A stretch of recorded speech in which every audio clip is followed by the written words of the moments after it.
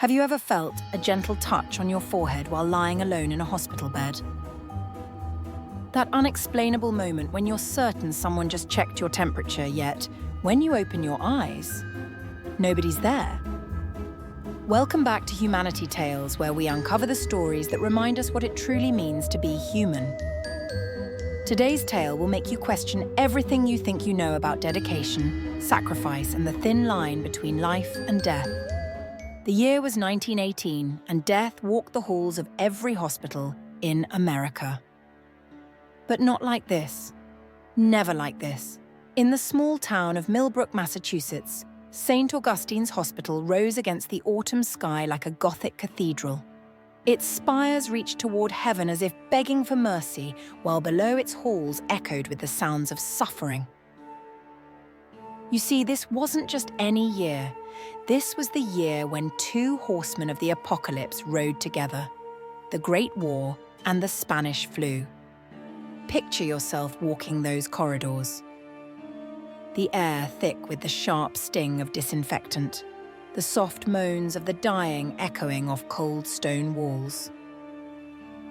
And through it all, a single figure moves tirelessly: Nurse Lucy Henderson. But Lucy wasn't just any nurse. No, what made her special was something in her blood, a natural immunity to the devastating flu that was claiming millions worldwide. A gift, she called it in her diary, a responsibility. If only she knew the price that gift would demand. Let me paint you a picture of nursing in 1918.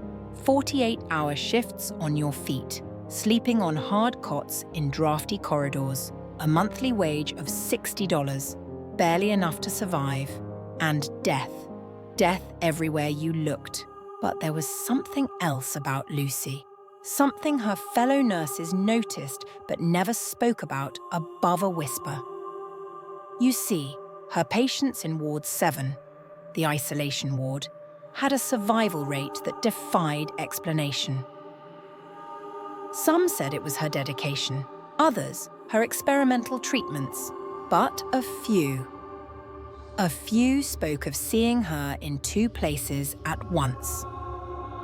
Before we delve deeper into Lucy's story, take a moment to join our Humanity Tales family. Hit that subscribe button and notification bell. You won't want to miss what happens next. And if you've ever experienced something unexplainable in a hospital, share your story in the comments below. Because what happened on that cold Halloween night in 1918? Well, that's where our true nightmare begins. What you're about to hear next has been pieced together from hospital records, personal diaries, and the whispered confessions of those who survived. Some of them are still alive today. Ward 7 wasn't just another hospital wing. No, it was where they sent those they couldn't save. The ones who made the other patients uncomfortable. You see, in 1918, medicine was still dancing with superstition. Let me share something fascinating with you. Those iconic plague doctor masks you've seen in history books. They were still using similar devices in 1918. Doctors would stuff them with lavender, sage, and sometimes even garlic, as if pleasant smells could stop death itself. Lucy's recently discovered diary tells us something extraordinary. She was experimenting. On page after page, she meticulously documented every detail: patient temperatures, breathing patterns, even the color of their dreams. "Today I tried something different," she wrote on September 15th, 1918. Patient Mary Collins was burning with fever. The other nurses wanted to pile on blankets, but I opened the windows instead. By morning, her fever had broken. But as Lucy's medical discoveries grew, so did the darkness around her. The other nurses began to talk.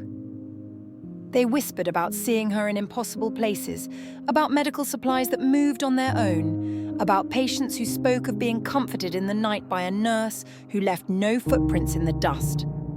If you're finding this story as fascinating as we do, take a moment to give this video a like. Your support helps us uncover more incredible tales like this one. The hospital records show something else too, something that modern medical experts can't explain. In Ward 7, patients would often die at exactly 3:33 a.m., the time that Lucy always took her break. But it was her diary entries that truly reveal her descending state of mind. Listen to this.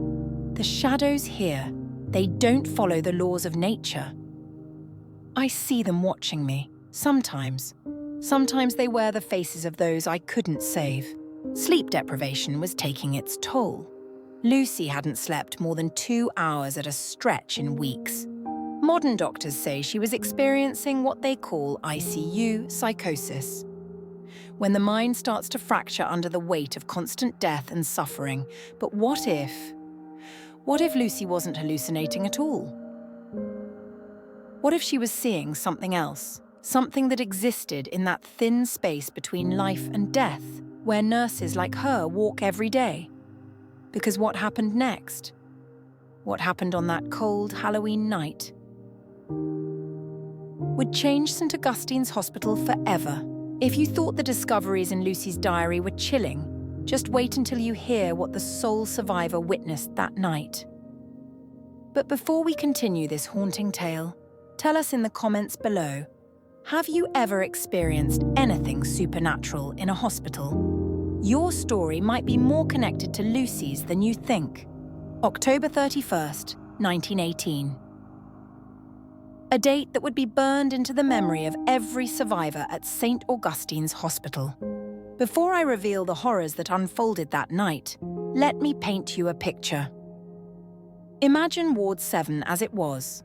28 souls fighting for their lives. The ancient radiators had given up their fight against the cold, leaving frost to creep across the windows like skeletal fingers. The hospital records tell us the temperature dropped to 28 degrees Fahrenheit that night. But what's truly fascinating is what Lucy wrote in her final diary entry. The cold is not our enemy. It's trying to tell us something. At precisely 3 a.m., the dead hour, everything changed. Elizabeth Chen, our sole survivor, described it like this. It began with the lights. They didn't flicker. They pulsed, like a heartbeat. Then we heard it, the sound of hundreds of people breathing in unison. What happened next defies medical explanation. All 28 patients began exhibiting identical symptoms simultaneously. Modern doctors suggest it might have been a mass cytokine storm, when the immune system turns against itself, but they can't explain why it happened to everyone at exactly the same moment. Elizabeth's testimony becomes even more chilling. I saw Nurse Lucy at my bedside, checking my vital signs, but then I saw her across the room too.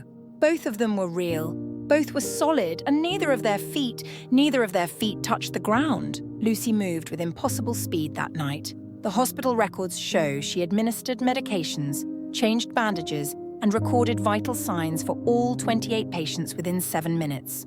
A feat that would have taken 3 nurses over an hour. But here's where our story takes its darkest turn. One by one, the patients began to die. Not from the flu, according to the autopsy reports. Their hearts simply stopped, as if something had gently pulled their souls from their bodies. If you're still with us on this chilling journey, take a moment to hit that like button and subscribe to Humanity Tales. Trust me, you'll want to hear how this story ends. By sunrise, 27 of the 28 patients had passed away. Elizabeth Chen, our survivor, said something in her final interview that haunts investigators to this day. I survived because she chose me to tell her story. But what about Lucy? What happened to the dedicated nurse who seemed to be everywhere at once that night? Well, that's where our story transforms from a tragic tale into something far more eternal. Share your thoughts in the comments below.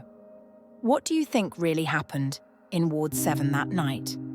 Because the final part of our story will change everything you believe about life, death, and the thin line between them.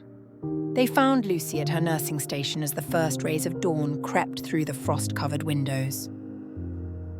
Her final diary entry unfinished, pen still in hand, as if she had simply paused between words. The last words she wrote still send chills through anyone who reads them. They're waiting for me. I can see them all. Perhaps I was wrong about the cold. The rest of the page remains blank, but some say, if you hold it up to the light, you can see invisible words written in what appears to be frost. The official cause of Lucy's death was listed as heart failure due to exhaustion. But the medical examiner noted something peculiar in his report. Her body temperature was just 70 degrees Fahrenheit, despite having been dead for less than an hour. But here's where our story takes an unexpected turn toward the present day. You see, Lucy's tale didn't end with her death. In many ways, it was just beginning. Over the decades, St. Augustine's Hospital has accumulated hundreds of inexplicable reports. Let me share some of the most compelling ones. 1987, a young patient coding from cardiac arrest was mysteriously stabilized before the crash team arrived. The security cameras showed a nurse in an old-fashioned uniform leaving the room, walking through a solid wall. 2003. During a power outage, every piece of electronic equipment in the old Ward 7 continued functioning for exactly 33 minutes. The backup generators were never activated. But it was during the COVID-19 pandemic that Lucy's presence became undeniable. Multiple nurses reported seeing a figure in a vintage uniform helping with critically ill patients.